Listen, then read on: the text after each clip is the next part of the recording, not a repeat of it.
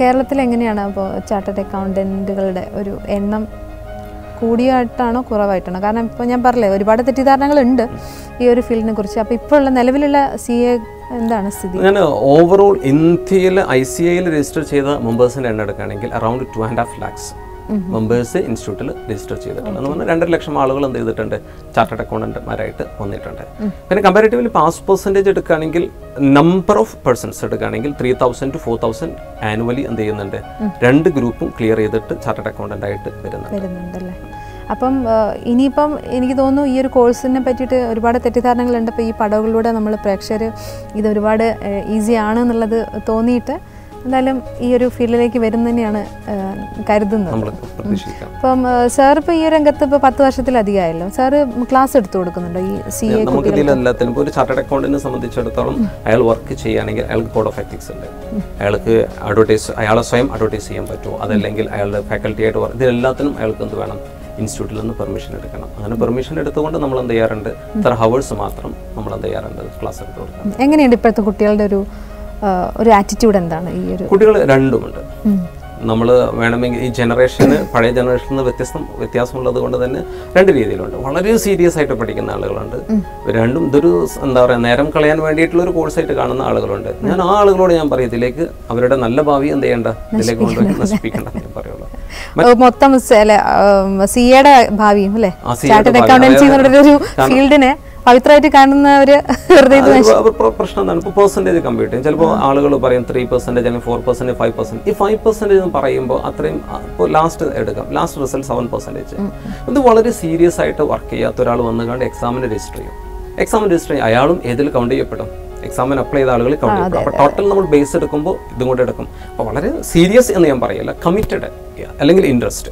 അത് എനിക്ക് അത്രയും പണം വേണം എന്ന് കരുതിയിട്ട് വരില്ല, എനിക്ക് ഇൻട്രസ്റ്റും വേണം, ഞാനതിൽ കമ്മിറ്റ്മെന്റും കാണിക്കുകയാണെങ്കിൽ, നേരം കളയാത്ത രീതിയിലാണെങ്കിൽ സ്വാഭാവികമായിട്ടും ചെയ്യാൻ പറ്റും. അയാൾക്ക് ചാർട്ടേഡ് അക്കൗണ്ടന്റായിട്ട് മാറും. ഓക്കെ. അപ്പോൾ അങ്ങനെ ഒരു നല്ലൊരു ഇൻട്രസ്റ്റ് ഉള്ള ഒരുപാട് പേരുണ്ടാവും ഇപ്പോൾ ഇത് കാണുന്നവർ. അവരോട് എന്താ ഇപ്പോൾ സാറിന് പറയാനുള്ളത്? കൃത്യമായിട്ട് പ്ലാൻ ചെയ്ത് കരിയറിനെ കുറിച്ച് എന്തെല്ലാമാണ് ഇതിൽ, ഏതെല്ലാം സബ്ജക്റ്റുകൾ ഇതിൽ കവർ ചെയ്യുന്നുണ്ട്, അത് എനിക്ക് മാനേജ് ചെയ്യാൻ പറ്റുമോ, ഇങ്ങനെയുള്ള കൃത്യമായിട്ട് വിശകലനം നടത്തിയിട്ട് ഇതിലേക്ക് എൻട്രി ചെയ്തിട്ട് അവരുടെ കരിയർ സേഫ് ആക്കുക എന്നുള്ളതാണ്. ഓക്കെ. അപ്പോൾ അങ്ങനെ താല്പര്യമുള്ള ഒരു കുട്ടിയുടെ രക്ഷിതാക്കളോടോ? രക്ഷിതാക്കൾ ഒരിക്കലും എന്താണ് ഈ കോഴ്സിന്റെ സ്കോപ്പ് കണ്ടിട്ട്, ഓപ്പർച്യൂണിറ്റി കണ്ടിട്ട് ഇതിലേക്ക് എൻ്റർ ചെയ്യിക്കരുത് എന്നാണ് എനിക്ക് ആദ്യം പറയാനുള്ളത്. ഒരു കുട്ടിക്ക് താല്പര്യമുണ്ടെങ്കിൽ മാത്രമേ ഇതിലേക്ക് എന്ത് ചെയ്യാൻ പാടുള്ളൂ, എൻ്റർ ചെയ്യിക്കാൻ പാടുള്ളൂ. കാരണം സ്കോപ്പ് ഉണ്ട്. ഓപ്പർച്യൂണിറ്റി എടുക്കുകയാണെങ്കിൽ നമ്പർ ഓഫ് ചാർട്ടേഡ് അക്കൗണ്ട്സിന് നിലവിൽ മാർക്കറ്റിൽ എന്തുണ്ട്, ആവശ്യമുണ്ട്. പക്ഷെ അതിനനുസരിച്ച് ഇവിടെ അവൈലബിൾ അല്ല. പക്ഷെ ഇത് കണ്ടിട്ട് എന്ത് ചെയ്യാൻ പാടില്ല, രക്ഷിതാക്കൾ മക്കളെ പ്രഷർ ചെയ്യിക്കാൻ പാടില്ല. അതിന് മാനേജ് ചെയ്ത് ഇയാൾക്ക് കഴിയുമോ, എൻ്റെ മകന് കഴിയുമോ അല്ലെങ്കിൽ എൻ്റെ മകൾക്ക് കഴിയുമോ എന്ന് ഉറപ്പുവരുത്തിയിട്ടായിരിക്കണം ഇതിലേക്ക് എന്ത് ചെയ്യേണ്ടത്. കാരണം എൻ്റെ മകൻ ഡിസിപ്ലിൻഡ് അല്ല, അയാൾ തോന്നുന്ന സമയത്ത് വായിക്കും, തോന്നുന്ന സമയത്ത് എന്ത് ചെയ്യും, പഠിക്കുന്ന ഒരു പോളിസിക്കാരനാണെങ്കിൽ, ഞാൻ നേരത്തെ പറഞ്ഞു, ശരിക്കും സെൽഫ് ഡിസിപ്ലിൻഡ് കോഴ്സാണ് CA എന്ന് പറയുന്നത്. ഈ പ്രൊഫഷൻ എന്ന് പറയുന്നത് അത് തന്നെയാണ്. അതാ ഞാൻ നേരത്തെ പറഞ്ഞത്, രക്ഷിതാക്കൾ ഉന്തി വിട്ടതുകൊണ്ട് കുട്ടി ചെയ്യില്ല, സ്വന്തമായിട്ട് തന്നെ തോന്നിയിട്ട് പഠിക്കേണ്ട ഒരു കോഴ്സാണ് ഇത്.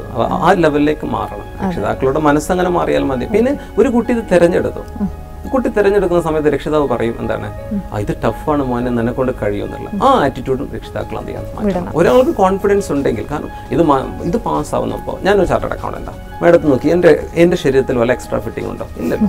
നോർമൽ പേഴ്സൺ ഏതൊരു വ്യക്തിക്കും എന്ത് ചെയ്യാൻ പറ്റും, ചെയ്യാൻ പറ്റും. പക്ഷേ അയാൾ എന്തായിരിക്കണം, സിസ്റ്റമാറ്റിക് ആയിരിക്കണം, ഡിസിപ്ലിൻഡ് ആയിരിക്കണം എന്ന് മാത്രമാണ്. എന്താ ഇതിന്റെ സാധ്യത ഇവിടെ ഇന്ത്യയിൽ അല്ലാതെ വിദേശത്തൊക്കെ നമ്മൾ ഇവിടെ ചെയ്യുന്ന കോഴ്സ് അവിടെ ഈ ഓപ്പർച്യൂണിറ്റി എന്ന് പറയുന്ന സമയത്ത് ഒന്ന് ഇയാൾക്ക് വേണമെങ്കിൽ എന്ത് ചെയ്യാം, പ്രാക്ടീസ് ചെയ്യാം. ഇൻഡിവിജ്വലി അയാൾക്കൊരു ഫേം ഓപ്പൺ ചെയ്തിട്ട്, അതായത് അയാളുടെ പേരിൽ സ്ഥാപനം ഓപ്പൺ ചെയ്ത് പ്രാക്ടീസ് ചെയ്യാം. ഈ പ്രാക്ടീസ് എന്ന് പറയുന്നത് ഇന്ത്യയിലാവാം, ഇന്ത്യക്ക് പുറത്താവാം. പക്ഷെ ഇന്ത്യക്ക് പുറത്ത് സ്റ്റാർട്ട് ചെയ്യുന്ന സമയത്ത് ആ കൺട്രിയുടെ റെഗുലേഷൻ പെർമിറ്റ് ചെയ്യുന്നുണ്ടോ ഇല്ലയോ എന്ന് മാത്രമാണ് നമ്മൾ എന്ത് ചെയ്യേണ്ടത്, പരിശോധിക്കേണ്ടത്. ഇനി പ്രാക്ടീസ് ചെയ്യുമ്പോൾ ഇയാളുടെ ഡ്യൂട്ടി എന്ത് ചെയ്യുന്നുള്ളതാണ്. ഇന്ത്യൻ കോൺസെപ്റ്റിലെടുക്കാം. ഇന്ത്യയിൽ ചില നിയമപ്രകാരം നിർബന്ധമായിട്ടും ഈ സ്ഥാപനത്തിന്റെ കണക്കുകൾ എന്ത് ചെയ്യണം, ഓഡിറ്റ് ചെയ്യണം. അപ്പോൾ അത് കമ്പനിയുടെ ഓഡിറ്റ് ആവാം, അല്ലെങ്കിൽ ബാങ്കുകളുടെ ഓഡിറ്റ് ആവാം, അതല്ലെങ്കിൽ കോപ്പറേറ്റീവ് സൊസൈറ്റികളുടെ ഓഡിറ്റ് ആവാം. ഇങ്ങനെയുള്ള ഓഡിറ്റ് ഒരു ഭാഗത്ത് ഈ പ്രാക്ടീസിന്റെ വരുന്നത്. രണ്ടാമത്തെ, ഇയാൾക്ക് വേണമെങ്കിൽ അഡ്വൈസറായിട്ട് മാറാം. അപ്പോൾ മാഡത്തിന് ടാക്സ് പ്ലാൻ ചെയ്യണം. ആ ടാക്സ് പ്ലാനിങ്ങിന് ഇയാൾക്ക് എന്ത് ചെയ്യാം, ഇയാളുടെ ഒരു സബ്ജക്റ്റാണ് ടാക്സ്. ആ സബ്ജക്റ്റിൽ നിന്നുകൊണ്ട് ഇയാൾക്ക് എന്ത് ചെയ്യാൻ പറ്റും, അഡ്വൈസ് ചെയ്യാൻ പറ്റും. പിന്നെ ബിസിനസ്സിന് അഡ്വൈസ് ചെയ്യാൻ പറ്റും. മാഡം ഒരു ബിസിനസ് നടത്താണെങ്കിൽ ആ ബിസിനസ്സിന് ഇയാൾക്ക് എന്ത് ചെയ്യാൻ പറ്റും, ഇതിൻ്റെ പ്ലാൻ ഏതൊക്കെ രീതിയിലായിരിക്കണം നിങ്ങൾ ബിസിനസ് മുന്നോട്ട് കൊണ്ടുപോകേണ്ടത്, ഇതിൻ്റെ ഫീസിബിലിറ്റി എന്താണ്, ഇതിലെ കോസ്റ്റ് എങ്ങനെ മാനേജ് ചെയ്യാം, കൺട്രോൾ ചെയ്യാം എന്നുള്ള രീതിയിലൊക്കെ അഡ്വൈസ് ആയിട്ട് കൊടുക്കാൻ പറ്റും, ഇയാൾക്ക് കൊടുക്കാം. 2, ഇയാൾക്ക് എന്ത് ചെയ്യാം, എന്താണ് ഏതെങ്കിലും കമ്പനിയിൽ ജോയിൻ ചെയ്യാം. ആ കമ്പനി എന്ന് പറയുന്നത് ഇന്ത്യയിൽ മാത്രമല്ല, ഇന്ത്യക്ക് പുറത്തും ജോയിൻ ചെയ്യാം. ഇപ്പോൾ അയാൾക്ക് കമ്പനിയുടെ CEO ആവാം, ചീഫ് എക്സിക്യൂട്ടീവ് ഓഫീസർ ആവാം, കമ്പനിയുടെ ചീഫ് ഫൈനാൻഷ്യൽ ഓഫീസർ ആവാം, അല്ലെങ്കിൽ ചീഫ് അക്കൗണ്ട്സ് ഓഫീസർ ആവാം. ഇങ്ങനെ വേരിയസ് സ്കോപ്പ് ഉണ്ട്. അത് ഇന്ത്യയിൽ ചെയ്യുന്നതിന് അവിടെ വാല്യൂ ഉണ്ടല്ലോ അല്ലേ? ഉണ്ട്, ഇന്റർനാഷണലി അക്സെപ്റ്റഡ് ആണ്. ഇനി മാത്രമല്ല ഈ MOU ഉണ്ട്, അതായത് മെമ്മോറണ്ടം ഓഫ് അണ്ടർസ്റ്റാൻഡിംഗ് ഉണ്ട്. ഡിഫറെന്റ് കൺട്രിയിൽ CA അല്ലെങ്കിൽ അതിന് തുല്യമായിട്ടുള്ള ബോഡീസ് ഉണ്ട്. ഇപ്പോൾ ഉദാഹരണം പറയുകയാണെങ്കിൽ ഇംഗ്ലണ്ടിൽ എടുക്കാം, institute of chartered accounts of England and Wales. ഇവരുമായിട്ട് ആർക്കുണ്ട്, ICAIക്ക് എന്തുണ്ട്, കണക്ഷൻ ഉണ്ട്. അപ്പോൾ ഇവിടെ ക്വാളിഫൈ ചെയ്ത ഒരാൾക്ക് അവിടെ 1-2 പേപ്പർ എഴുതി കഴിഞ്ഞാൽ അവിടുത്തെ മെമ്പർഷിപ്പും കിട്ടും. ഓസ്ട്രേലിയയിൽ CPA certified public account Australia ഉണ്ട്. ഈ ബോഡിയുമായിട്ടും ആർക്ക് അണ്ടർസ്റ്റാൻഡിംഗ് ഉണ്ട്, ഇന്ത്യൻ ICAIക്ക് എന്തുണ്ട് അണ്ടർസ്റ്റാൻഡിംഗ്. അപ്പോൾ ഇവിടെ കോഴ്സ് കഴിഞ്ഞ ഒരാളെ സംബന്ധിച്ചിടത്തോളം അവിടുത്തെ 1-2 പേപ്പർ, അങ്ങനെ അയർലാൻഡ് ഡിഫറെന്റ് കൺട്രിയുമായിട്ട് മാറില്ല. മാത്രമല്ല മാഡം എടുക്കുകയാണെങ്കിൽ ദുബായിലേക്ക് ഒന്ന് ചെക്ക് ചെയ്താൽ മതി.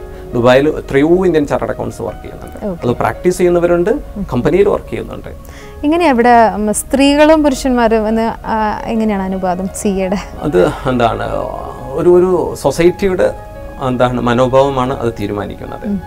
സ്ത്രീകൾക്ക് കഴിയില്ല എന്ന് പറയുന്നവരുണ്ട്, സ്ത്രീകളെ ഇതിലേക്ക് വളരെ അട്രാക്ട് ചെയ്യുന്നുണ്ട്. എൻ്റെ കാഴ്ചപ്പാടിൽ സ്ത്രീകളെ സംബന്ധിച്ച് ഏറ്റവും സേഫർ അല്ലെങ്കിൽ ഏറ്റവും എന്താണ് അവരെ സംബന്ധിച്ച് എല്ലാ നിലക്കും സൗകര്യമുള്ളൊരു കോഴ്സാണ് ചാർട്ടേഡ് അക്കൗണ്ട്സ്. കുറച്ച് കമ്മിറ്റ് ചെയ്യേണ്ടി വരും. പ്രൊഫഷനെ അവർ മുന്നോട്ട് കൊണ്ടുപോകണം. ഞാൻ നേരത്തെ പറഞ്ഞ പ്രാക്ടീസ് മാത്രം എടുക്കാം. ഈ പ്രാക്ടീസിൽ അവർക്ക് അവരുടെ വീടിൽ വേണമെങ്കിൽ എന്ത് ചെയ്യും, ഓഫീസ് സ്റ്റാർട്ട് ചെയ്യാൻ പറ്റും. ഈ ക്ലയൻസ് കസ്റ്റമേഴ്സ് എപ്പോഴാണ് വരുന്നത്, അല്ലെങ്കിൽ കസ്റ്റമേഴ്സിന് അവർക്ക് എന്ത് ചെയ്യാൻ പറ്റും, വീട്ടിൽ വെച്ചിട്ട് എന്ത് ചെയ്യാൻ പറ്റും, മാനേജ് ചെയ്യാൻ പറ്റും. അഡ്വൈസ് ചെയ്യാണെങ്കിലും ഒക്കെ വളരെ സൗകര്യമാണ്. പിന്നെ ഇതിൽ വായിക്കണം, അവർക്ക് സമയമുണ്ടല്ലോ. ഒരു പ്ലാൻ ചെയ്യാത്തൊരു പ്രശ്നം, മൾട്ടി ടാസ്ക് കപ്പാസിറ്റി ഏറ്റവും കൂടുതലുള്ള വിഭാഗമാണ് സ്ത്രീ എന്നാണ് എൻ്റെ കാഴ്ചപ്പാട്. ആ രീതിയിൽ പ്ലാൻ ചെയ്യാൻ തീരുമാനിച്ചിട്ട് ഇതിന് കൃത്യമായിട്ട് സമയം മാറ്റി വെക്കുകയാണെങ്കിൽ അവർക്ക് എന്ത് വരില്ല, ഒരു ഇഷ്യൂ വരില്ല. ഓക്കെ, അപ്പം എന്തായാലും ഒരുപാട് തെറ്റിദ്ധാരണയുള്ളൊരു ഫീൽഡായിരുന്നു നമ്മൾ ചാർട്ടേഡ് അക്കൗണ്ടൻസി എന്ന് പറഞ്ഞിട്ട് ഇതുവരെ കൊണ്ടുവന്നിരുന്നത്. കാരണം ഒരുപാട് ഇൻ്റലക്ച്വൽ ആവശ്യപ്പെടുന്ന ഒരു ജോലിയാണ് ചാർട്ടേഡ് അക്കൗണ്ടൻ്റേത്.